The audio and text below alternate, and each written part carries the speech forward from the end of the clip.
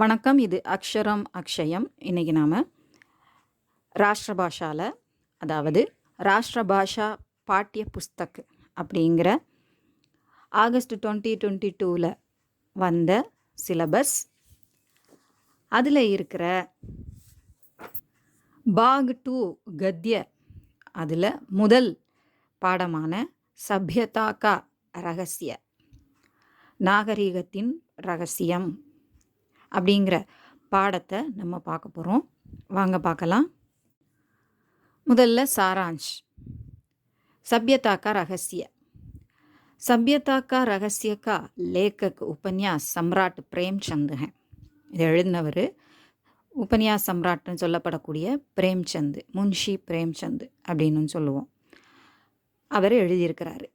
பொதுவாக இவர் எப்போவுமே சமுதாயத்தில் நடக்கக்கூடிய தீமைகள், அதாவது தவறான நம்பிக்கைகள், மூட நம்பிக்கைகள், இந்த மாதிரியான விஷயங்களெல்லாம், பெண்களுக்கு எதிராக நடக்கக்கூடியது, குழந்தைகளுக்கு எதிராக நடக்கக்கூடியது, குழந்தை தொழிலாளர்கள், இப்படி ஏழைகள், விவசாயிகள், இந்த மாதிரியானவங்கள முக்கியமான கேரக்டராக வச்சு இவர் எழுதியிருப்பார். அதில் இது ஒன்று. लेखक के मन में प्रश्न उठता है कि सभ्य कौन है और असभ्य कौन है. நாகரிகம் வாய்ந்தவன் அப்படின்னா யார், நாகரிகமற்றவன் அப்படின்னா யார் அப்படின்னு இவருக்கு ஒரு கேள்வி மனசில் உதிக்குதுன்னு சொல்கிறாங்க. சப்யகா லக்ஷன் கியா ஹே. நாகரிகம் அப்படின்னா அதுக்கு இருக்கக்கூடிய லட்சணங்கள்லாம் என்ன, குறிப்புகளெல்லாம் என்ன, இவங்க இப்படிப்பட்டவங்க தான், அப்படிங்கிற இப்படி இருக்கிறவங்க தான் நாகரிகமானவர்கள் அப்படின்னு சில வரைமுறைகள் இருக்கும் இல்லையா, அதெல்லாம் என்ன. इन प्रश्नों का उत्तर पाने के लिए वे बहुत चिंतन करते हैं. இந்த கேள்விகளுக்கான பதிலெல்லாம் பெறுவதற்காக बहुत चिंतन करते हैं, ரொம்ப யோசிக்கிறார். क्या किसी को बाहर से देखकर उनको सभ्य या असभ्य कह सकते हैं அப்படிங்கிறாரு. யாரையாவது வெளிப்புறமாக பார்த்து, வெளித்தோற்றத்தை பார்த்து அவர் நாகரிகமானவர், நாகரிகமற்றவர்னு சொல்ல முடியுமா அப்படின்னு அவர் கேட்குறார். லேக்கக், அதாவது பிரேம்சந்த் தான் கேட்டுக்கிறார். தானே அந்த கேள்விகளை கேட்டு பதிலை சொல்லும்போது சில ஒரு கதை வடிவில் நமக்கு இங்கே அதை டிஸ்கஸ் பண்ணியிருக்கிறார். இஸ் संदर्भ में लेखक राय रत्न किशोर नामक आदमी की कहानी बताते हैं. இப்படி கேள்விகள் எழும்போது, அதை பற்றி யோசிக்கும்போது ஒரு சின்ன ஸ்டோரி சொல்லி அதை பற்றி நமக்கு எக்ஸ்பிளைன் பண்ணுறாரு இல்லையா. அப்போ ராய் ரத்தன் கிஷோர் அப்படிங்கிற ஒரு மனிதனுடைய கதையை பற்றி, அவர் சம்மந்தப்பட்ட ஒரு கதையை சொல்லி நமக்கு விஷயத்தை புரிய வைக்கிறார்.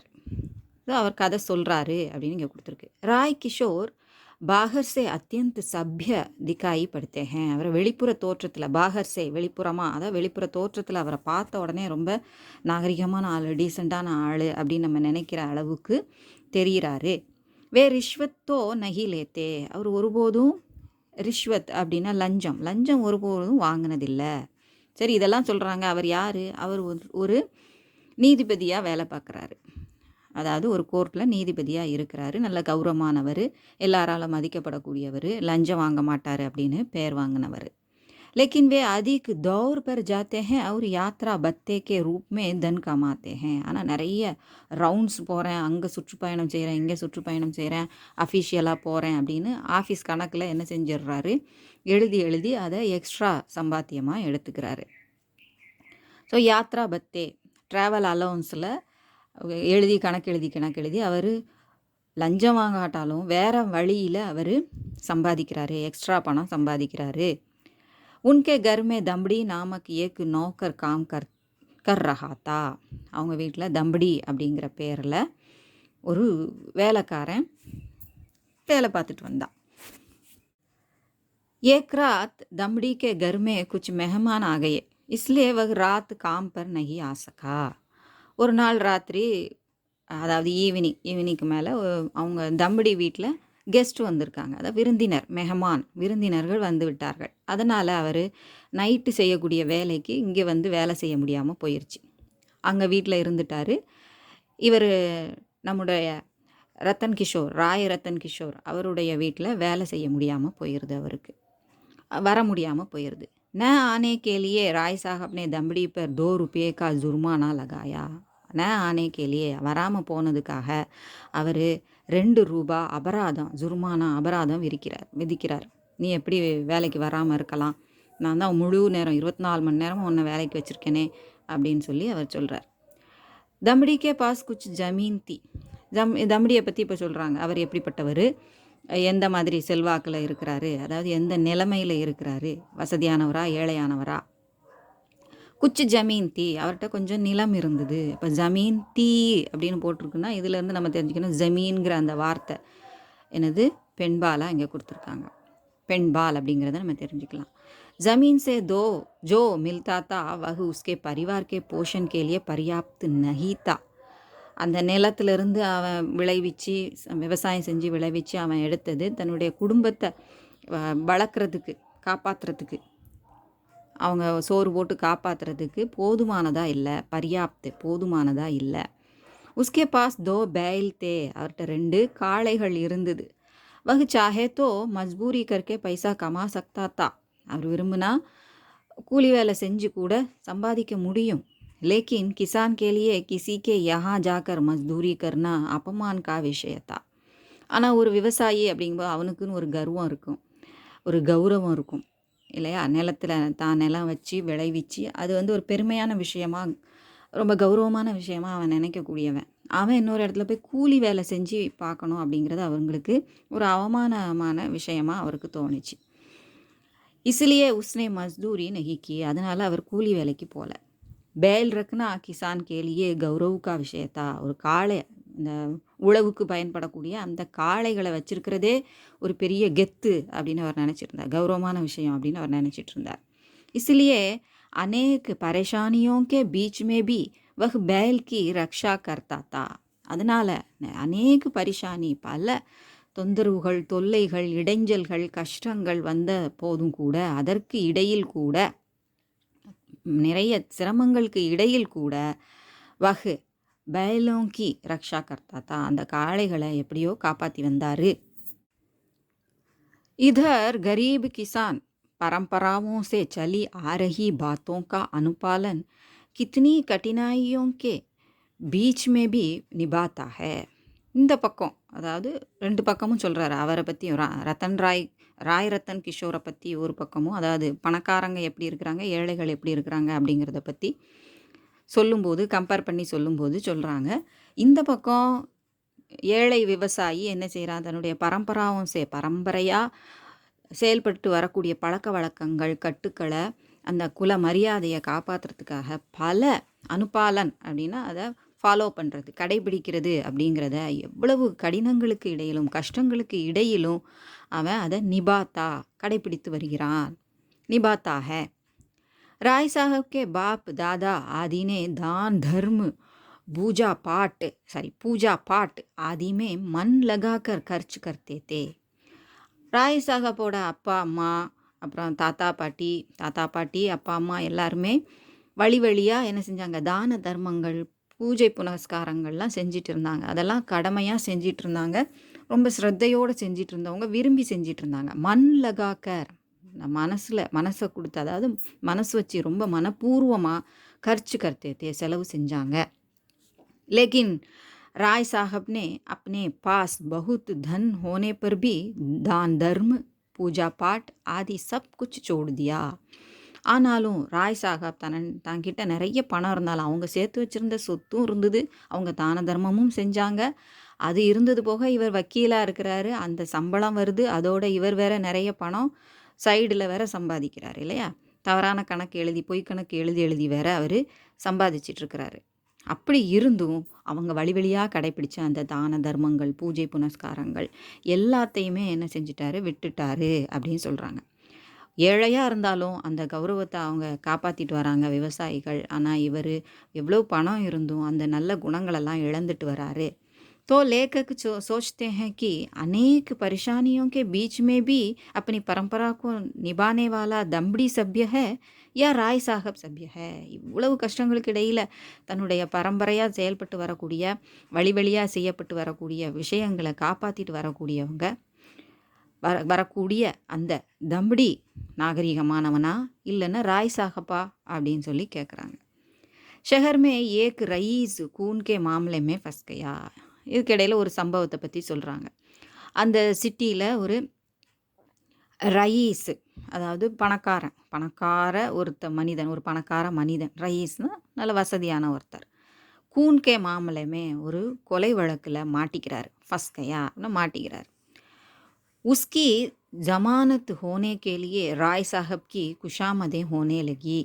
ஸோ அவரை எப்படியாவது விடுதலை செய்யணும், ஜமானத் லேனே கே லியே அவரை எப்படியாவது வெளியில் கொண்டு வரணும் அப்படிங்கிறதுக்காக ராய் சாஹப்கிட்ட நிறைய குஷாமதே, நீங்கள் அதை செய்கிறீங்களா, நாங்கள் இவ்வளோ பணம் கொடுக்குறோம், ஏதாவது செய்யுங்கன்னு அவரை தாங்கி தடக்கி நிறைய பேசுகிறாங்க. அவர்கிட்ட ப்ரப்போசல் நிறைய கொடுக்குறாங்க.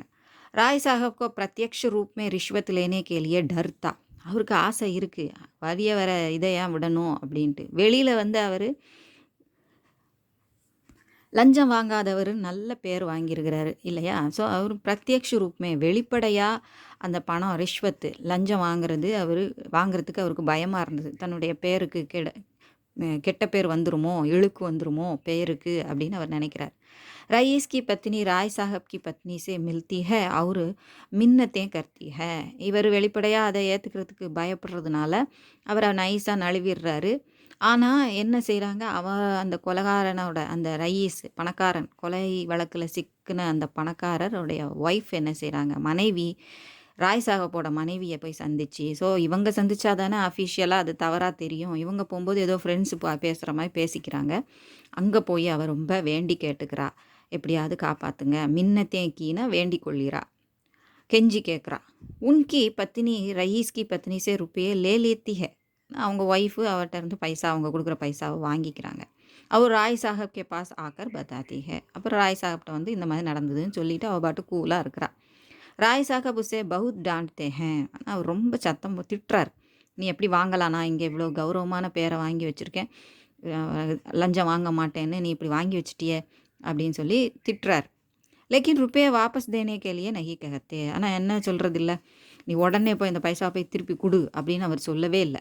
திருப்பி கொடுன்னு சொல்லவே இல்லை. வந்துருச்சு, ஏன் வாங்கினேன்னு சத்தம் போட்டதோடு சரி, தான் கெத்தை காமிச்சதோடு சரி, அவர் அந்த பணத்தை திரும்ப போய் கொடுக்கணும்னு சொல்லலை.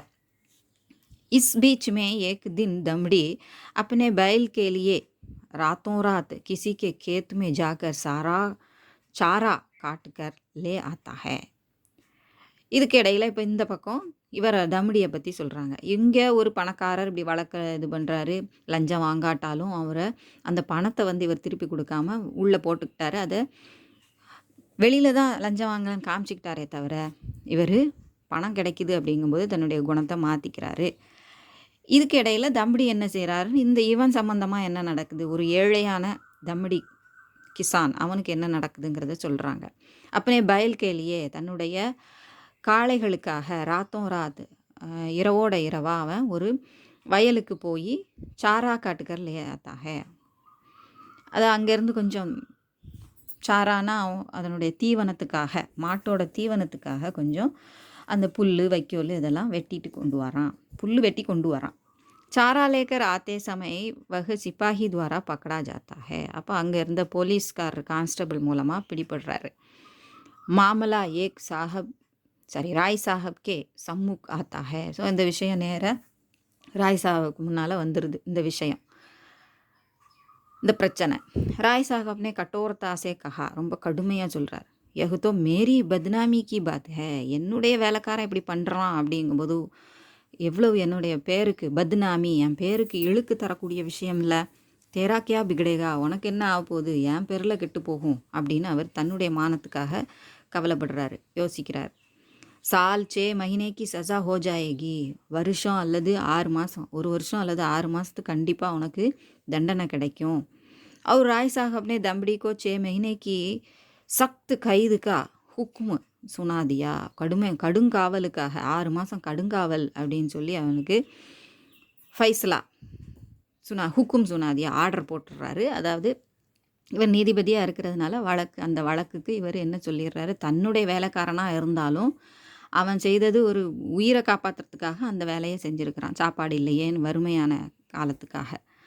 ஆனால் இது ஒரு சின்ன விஷயம், அதுக்கு பெரிய கொலையே செஞ்சதெல்லாம் விட்டுட்டு அவங்களுக்கு உதவி செஞ்சார். ஆனால் ஒரு உயிரை காப்பாற்றுறதுக்காக செஞ்ச இந்த திருட்டு, அது திருட்டே ஆனாலும் அந்த பசுக்களின் உயிரை காப்பாற்றணும் அப்படிங்கிறதுக்கு செஞ்ச அந்த வேலைக்கு இவர் என்ன செய்யலை, அதை மதிக்கலை, பெரிய தண்டனையாக அவர் கொடுக்குறாரு. उसी दिन रईस की मुकदमे में खून के लिए जमानत मिल जाती है. அதே நாள் அந்த பணக்காரனுக்கு அந்த வழக்கிலிருந்து, கொலை வழக்கிலிருந்து அவனுக்கு என்ன கிடைச்சிருந்து? விடுதலை கிடைத்து விடுகிறது. ஸோ இந்த பக்கம் அப்படி நடக்குது, அந்த பக்கம் அப்படி நடக்குது. ஸோ ஏழைனா அவன் எவ்வளோ தான் நாகரிகமாக நடந்துக்கிட்டாலும் அதை நாகரிகமாக எடுக்க மாட்டாங்க. பணக்காரன் எவ்வளோ தான் அநாகரிகமாக நடந்துக்கிட்டாலும் அவனை வந்து நாகரிகம்னு சொல்கிறாங்க.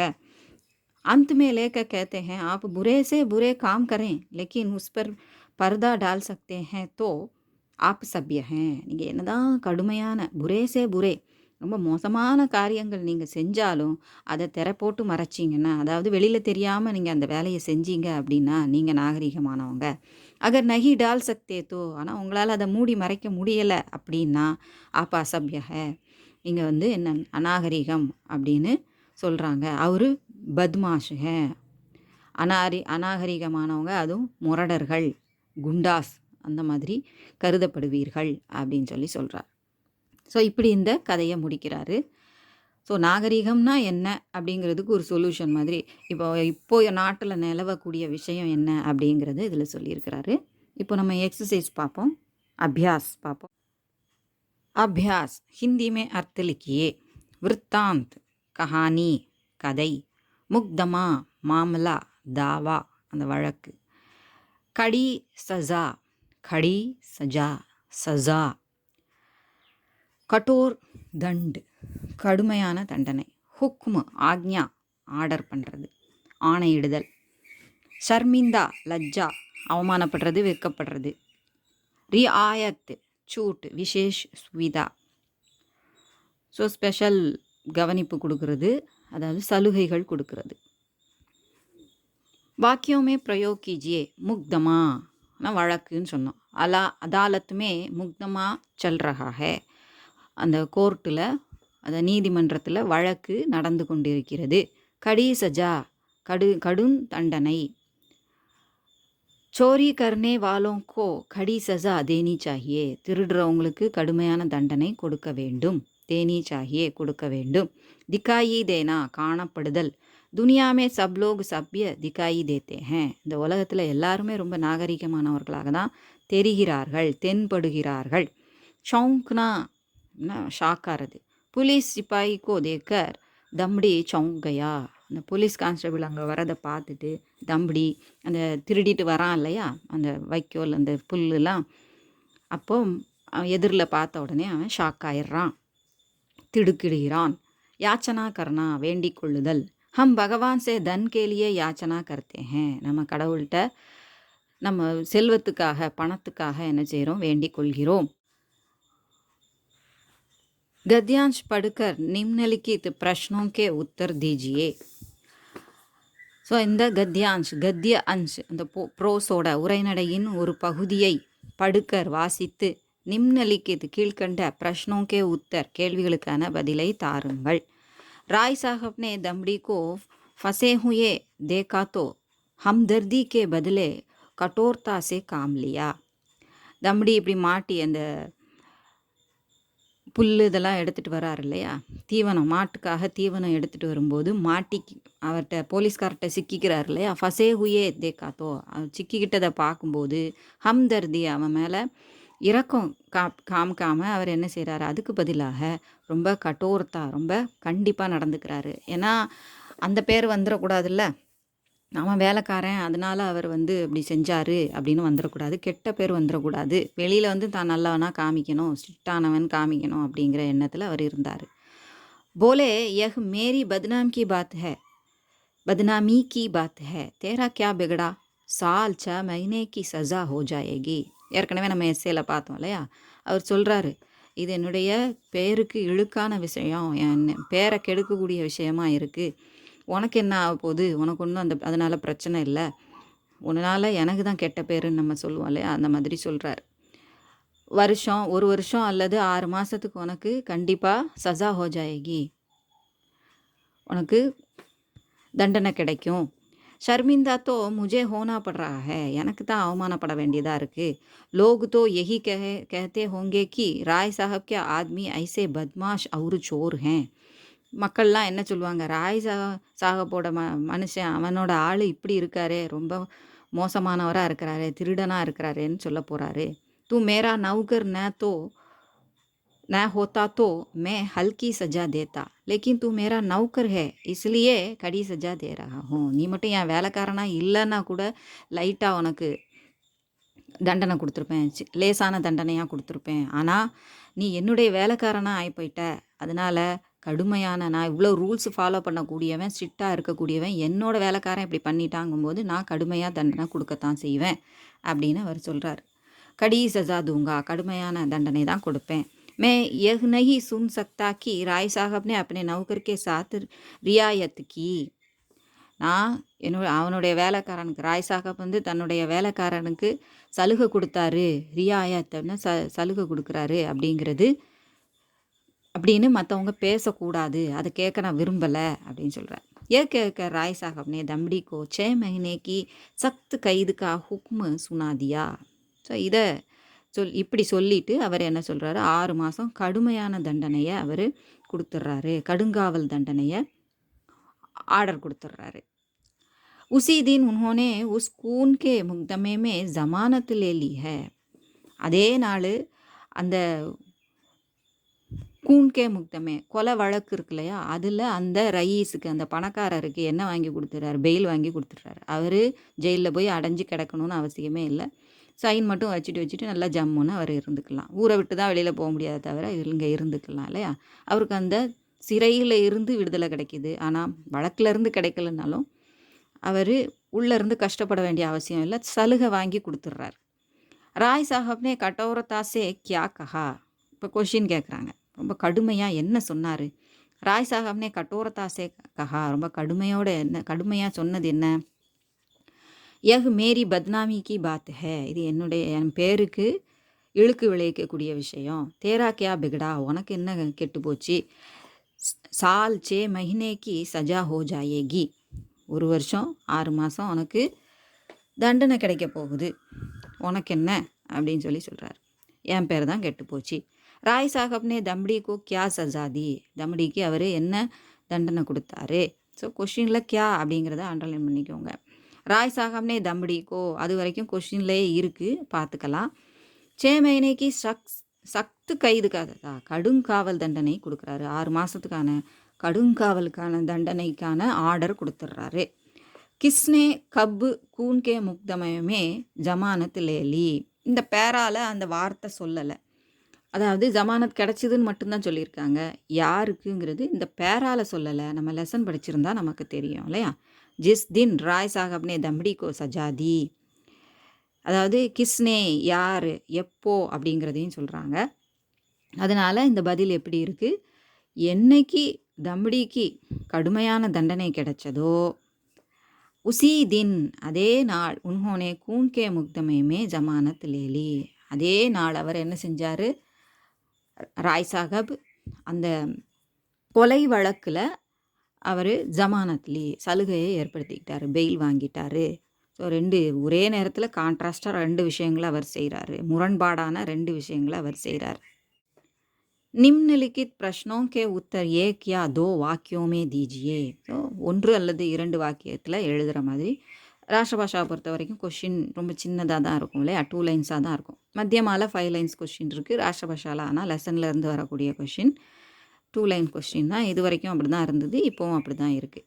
லேக்கக்கே மன்மே கौन-सा प्रश्न उठ रहा था, இந்த எழுத்தாளர், அதாவது இங்கே வந்து பிரேம்சந்த் இல்லையா, சம்ராட் பிரேம்சந்த் அவருடைய மனதில் என்ன கேள்விகள் எழுந்தன அப்படின்னு. ஏன்னா லெசன் ஆரம்பிக்கும் போதே நாகரிகமானவர்கள் யார் அப்படி இப்படின்னு கேட்டுகிட்டே வந்தார் இல்லையா. லேக்கக்கே மன்மே யஹ் பிரஷ்ன ஹமேஷா உட் ரஹா தா கி சப்ய கௌன் ஹே அவர் அசப்ய கௌன் ஹே, அவர் மனசில் அடிக்கடி எப்போவுமே ஹமேஷா எப்பொழுதும் ஒரு கேள்வி எழுந்து கொண்டே இருந்தது. அது என்ன கேள்வி, நாகரீகம்னா என்ன, அநாகரீகம்னா என்ன, சபியதாக்கா லக்ஷன் கியா ஹே, அந்த நாகரிகம்னா அதுக்குன்னு உள்ள லட்சணங்கள் என்ன. ராய் சாஹப்னே அப்பனி நேக்னியத்தி கைசே சாபித்திக்கு, தான் ஒரு ரொம்ப நேக்னியத்தி, ரொம்ப நேர்மையானவன் அப்படிங்கிற, நேர்மையான குணமுடையவன், எண்ணமுடையவன் அப்படிங்கிறத எப்படி நிரூபித்தார், சாபித்திக்கு எப்படி நிரூபித்தார். தம்படிக்கு அது கொடுத்துருக்காங்க பாரு. ராய் சாஹப் ரிஷ்வத்து குல்லம் குல்லா நகி லேத்தே. அவர் ரொம்ப நல்லவருன்னு காமிக்கிறதுக்கு என்ன செஞ்சார்? குல்லம் குல்லான்னு இது ஓப்பனாக அவர் லஞ்சம் வாங்குறதில்ல. ஆனால் வாங்குவார். எப்படி? மறைமுகமாக வாங்குவார். எதையுமே வெளியில் தெரியாமல் செஞ்சுட்டா அவன் நாகரிகமானவன் அப்படிங்கிற மாதிரி இங்கே காமிச்சிக்கிறாரு. लेकिन वे अपना बत्ता बटाने के लिए बहुत दौर पर रहते हैं. ஆனால் தன்னுடைய அந்த ட்ராவல் அலவன்ஸுங்கிற பேரில் நிறைய அதை அதிகமாக்கணுங்கிறதுக்காக ரொம்ப தூரம் வரைக்கும் பயணம் செய்கிறாரு. அங்கே அதில் காமிக்கிறதுக்கு இவ்வளோ கிலோமீட்டர் தூரம் நாங்கள் போனோம் அப்படின்னு காமிக்கிறதுக்கு தேவையில்லாமல் அவசியமே இல்லைனாலும் போன மாதிரி காமிச்சிடுறாரு. ஸோ அந்த ஒரு வழக்குக்கு தேவையான விஷயங்களை சேகரிக்கிறோம் வைக்கிறோம் அப்படிங்கிற பேரில் ஏதாவது ஒரு காரணத்தை சொல்லி என்ன செஞ்சிடுறாரு? பகுத்து தோர் பேர் நிறைய சுற்றுப்பயணங்களுக்கு போகிறாரு. ட்ரிப்பு போய் அதை எழுதி வைக்கிறாரு. ஸோ இப்படி தான் அவர் ரொம்ப நேர்மையானவருங்கிற மாதிரி காமிச்சிக்கிறாரு. ஸோ முதல் லெசனில் இருக்கக்கூடிய எல்லா அபியாசம் பார்த்தாச்சு, சாராம்சம் பார்த்தாச்சு. இது உங்களுக்கு உபயோகமாக இருக்கும்னு நினைக்கிறேன், பயனுள்ளதாக இருக்கும்னு நினைக்கிறேன். பிடிச்சிருந்தா லைக் பண்ணுங்கள், ஷேர் பண்ணுங்கள், சப்ஸ்கிரைப் பண்ணுங்கள். சப்ஸ்கிரைப் பண்ணி சப்போர்ட் பண்ணுங்கள். சப்ஸ்கிரைப் பண்ண எல்லாருக்கும் நன்றி. All the best. நன்றி, வணக்கம், தன்யவாத்.